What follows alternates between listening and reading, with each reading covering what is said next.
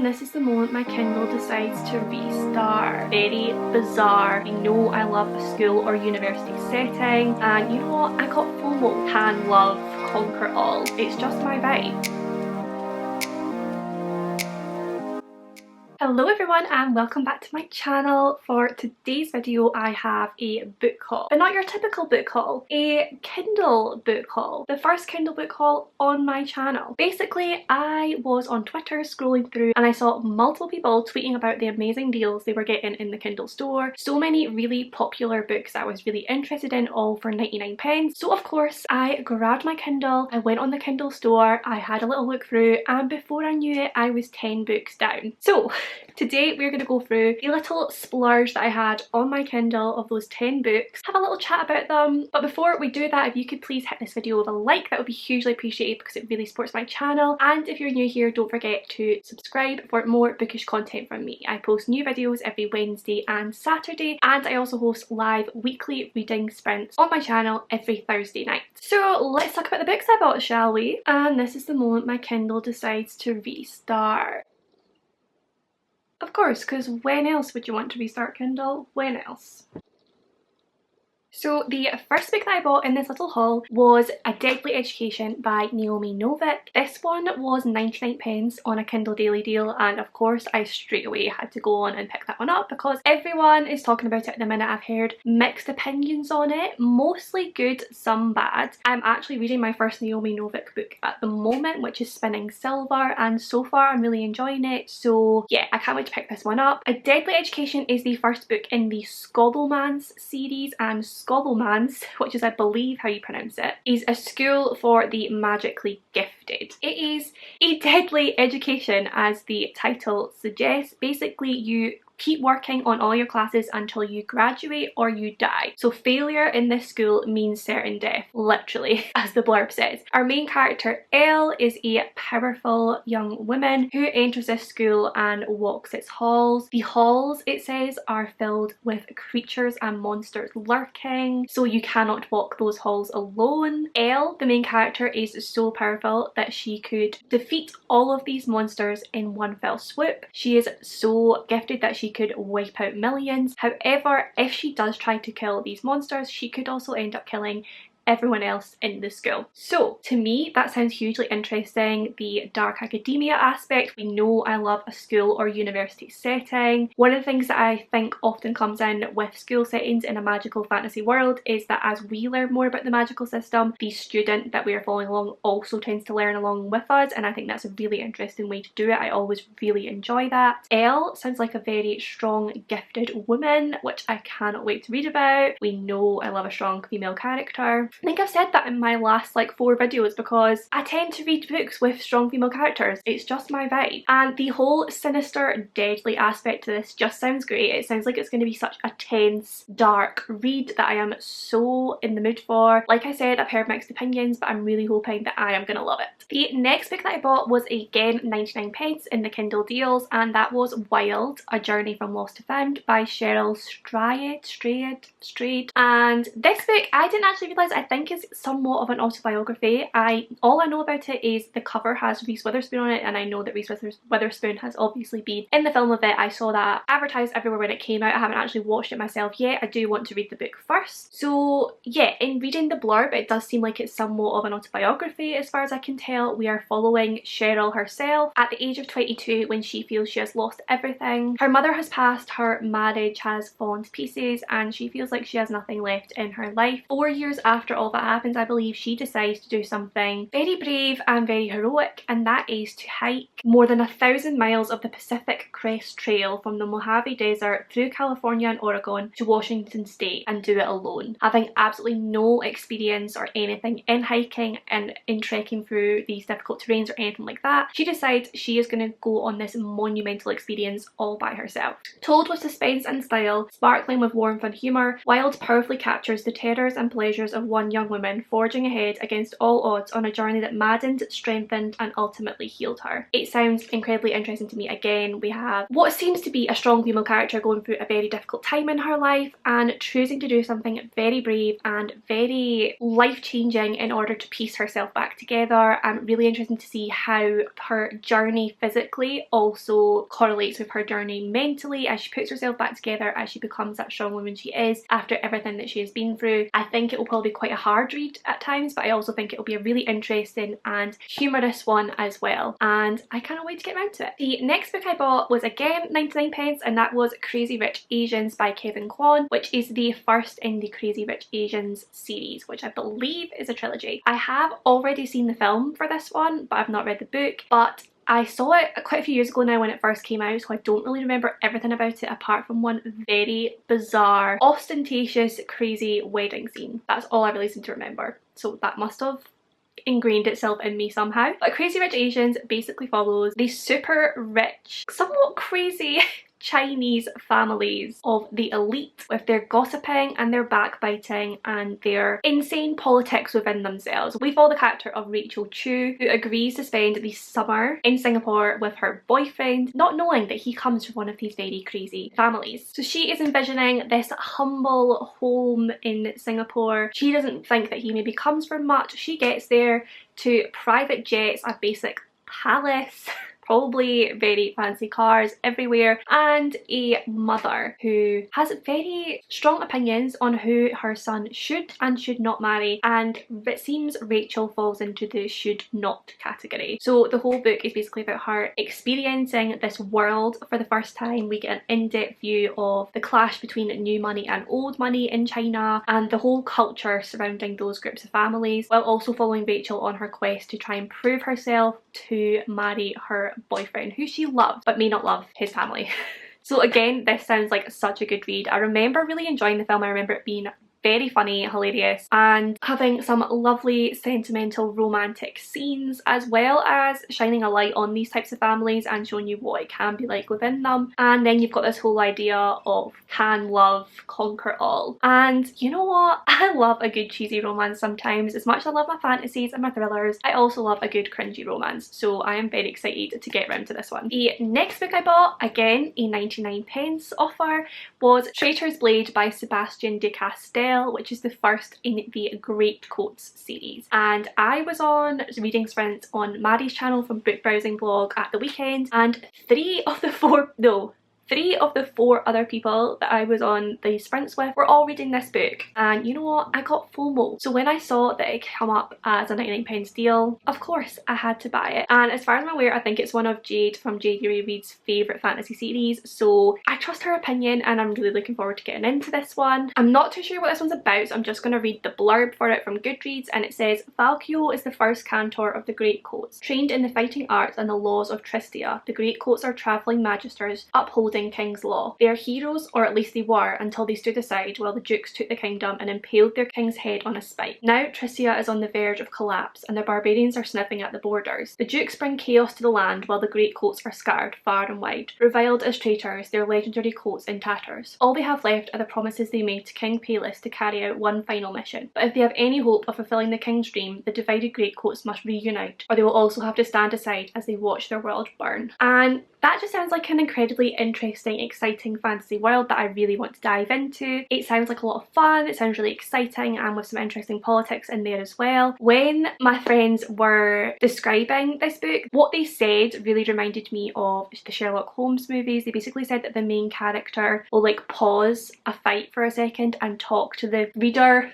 camera sort of thing and say something funny like, oh, do you think I'm gonna get out of this one, or something like that, you know. It reminded me of like Sherlock Holmes and Miranda and stuff like that, and I love that whole vibe in television and film where the character speaks to the camera and speaks to the watcher. So I think it's really interesting to read something like that, because I've never really read anything like that, but I think I'll find it a lot of fun. So yes, 99p, bargain, we love it. The next book I bought, again a 99p deal, was Heartless by Marissa Meyer, which as far as I'm aware is kind of like an Alice in Wonderland retelling but focusing on the Queen of Hearts. And no, I have not read any of the Lunar Chronicles yet, but I intend to very soon, hopefully this year. That was actually in my top series to read in 2021 video, which I will link above and below. I am dying to get around to Lunar Chronicles because I love a retelling of anything, particularly fairy tales, so I have heard very good things. I'm very excited to read them at some point this year. But when I saw this one and read the premise for this one, I instantly knew I had to get it because it just sounds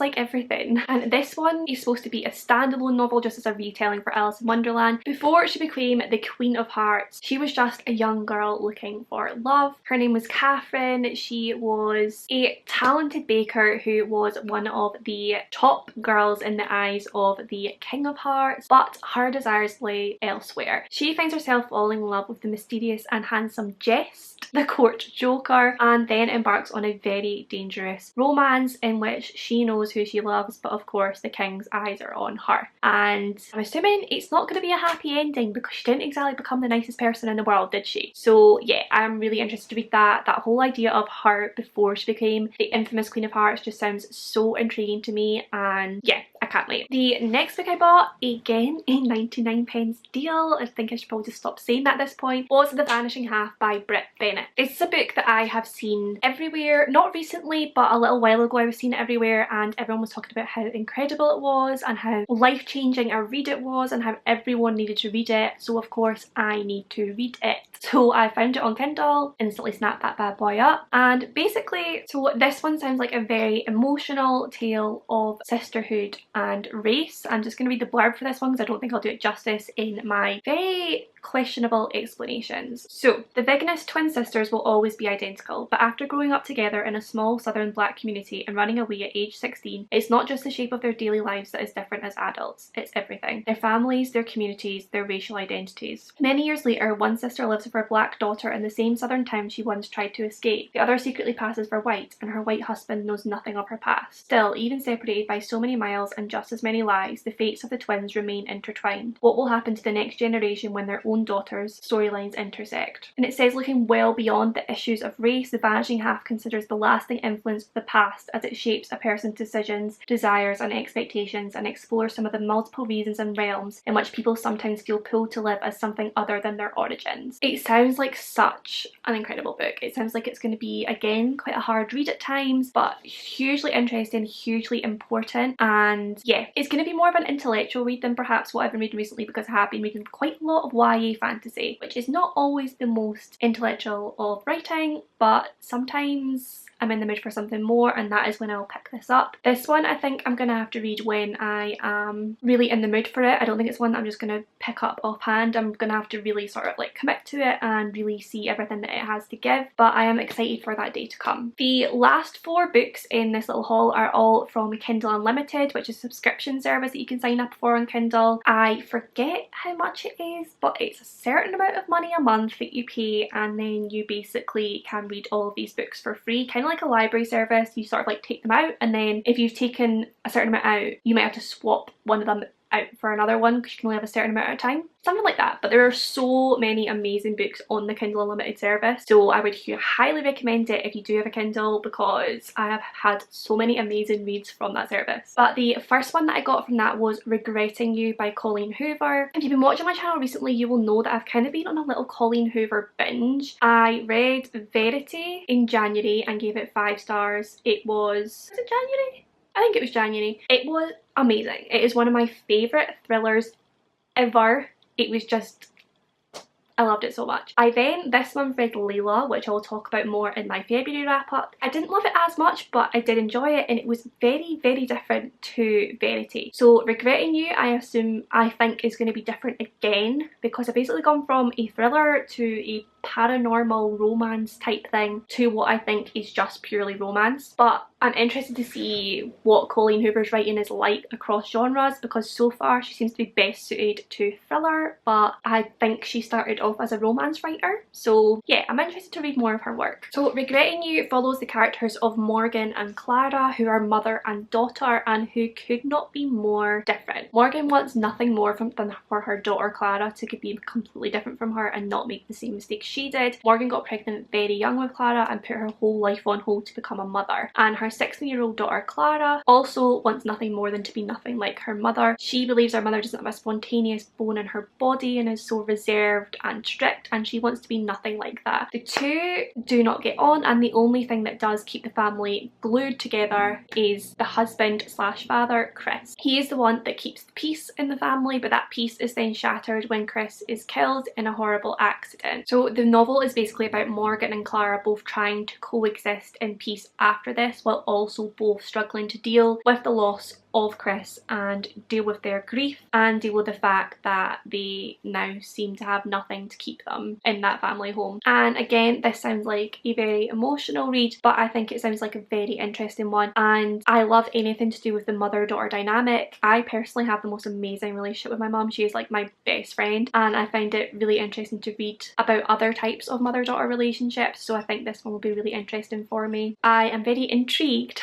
by this book, and again I think I'll have to pick up a time when I am okay to be reading an emotional read. But Colleen Hoover's books I seem to just absolutely fly through, so I'm hoping this one will be the same. Her writing always just seems to flow, but this one could be different, I don't know. The next book I got on the Kindle Unlimited service was This Savage Song by V.E. Schwab. This is the first book in the Monsters of Verity duology, I believe. I think it's This Savage Song and then Our Dark Duet, I want to say. But basically, if you've been watching my channel recently, you will know I have become increasingly obsessed with V.E. Schwab and have been reading a lot of her books. I've now read Addie LaRue, Vicious and Vengeful, and I also have the Shades of Magic series downstairs waiting for me to read. So when I saw that this was on the Kindle Unlimited service, I had to pick it up, and I am very excited to read it. V.E. Schwab's writing is just incredible. Her mind is insane. I don't know how she comes up with the things she does, but I love her. But This Savage Song is a dark urban fantasy which follows a world in which monsters are loose within the city. It says the first of two books, Kate Harker and August Flynn are the heirs to a divided city, a city where the violence has begun to breed actual monsters. All Kate wants is to be as ruthless as her father, who lets the monsters roam free and makes the humans pay for his protection. All August wants is to be human, as good-hearted as his own father, to play a bigger role in protecting the innocent, but he's one of the monsters. One who can steal a soul with a simple strain of music. When the chance arises to keep an eye on Kate, who's just been kicked out of her 6th boarding school and returned home, August jumps at it, but Kate discovers August's secret, and after a failed assassination attempt, the pair must flee for their lives. It sounds interesting, doesn't it? I love anything to do with monsters and a city at war and the whole new magic system that I know nothing about, so yeah, I trust in V.E. Schwab because I love her writing, and I am sure I will love this one as well. The penultimate book that I bought in this little haul, well no, I didn't buy it because I got it on the Kindle Unlimited service, but that was Our Stop by Laura Jane Williams, and this is a nice fluffy rom-com to break up some of the more serious books in this little haul. This one, again, I'm going to read the blurb for because I just think it words it perfectly, and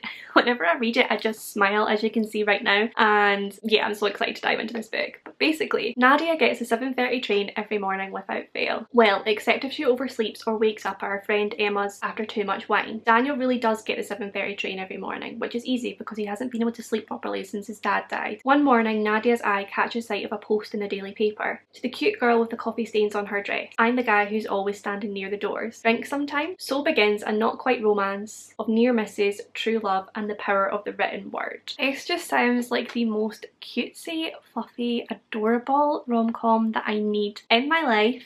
The idea of the not quite romance of near misses really intrigues me because I do love a little slow burn, can't quite get it right romance sometimes. As long as it's done well, sometimes it gets really infuriating if it goes on for too long, but I'm hoping it's not gonna in this book. Yeah, this just sounds like such a fast, easy, fun, fluffy read that I cannot wait to dive into. Probably one that I'll devour within a day or two. I usually do with fluffy romances like this because I just don't want to put them down and they're really easy to read. So yeah, I cannot wait to get lost in the world of love and cutesiness. The final book that I got from the Kindle Unlimited section was The Electric Air by Victoria Lee. This is the sequel to The Fever King, which is the first in the Fever Wake duology, I believe. I'm not sure if there's going to be more books. I haven't actually checked that out, but so far there is 2 of them. I read The Fever King in January and loved it. Incredible. It is one of those books that should be talked about more. It should be this huge fantasy book that everyone talks about, but they just don't, and hopefully they will one day because it's so good. The first book follows the character of Noam, who is a 16-year-old boy, I believe,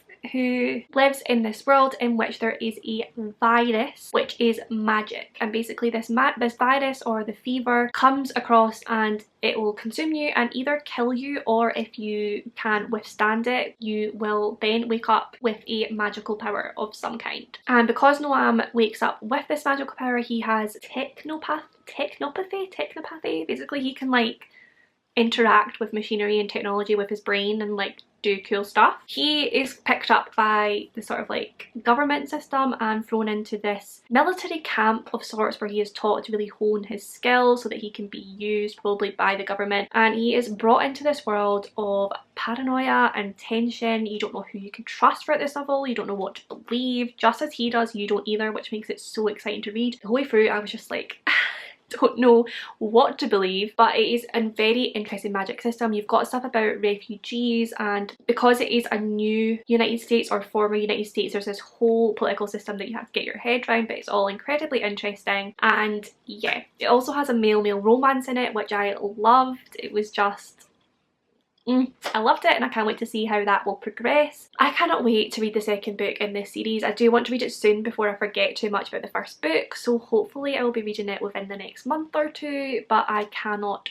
wait. So that is it for my little Kindle book haul. I hope you enjoyed this video. I hope you got some inspiration for some Kindle deals you might want to pick up yourself. Let me know if you've bought any amazing bargains on your Kindle recently, because I want to know and I want to have them as well. But as always, if you did enjoy this video, then do please give it a big thumbs up, subscribe for more bookish content from me, comment down below with any of your thoughts and feelings, and I will see you in my next one.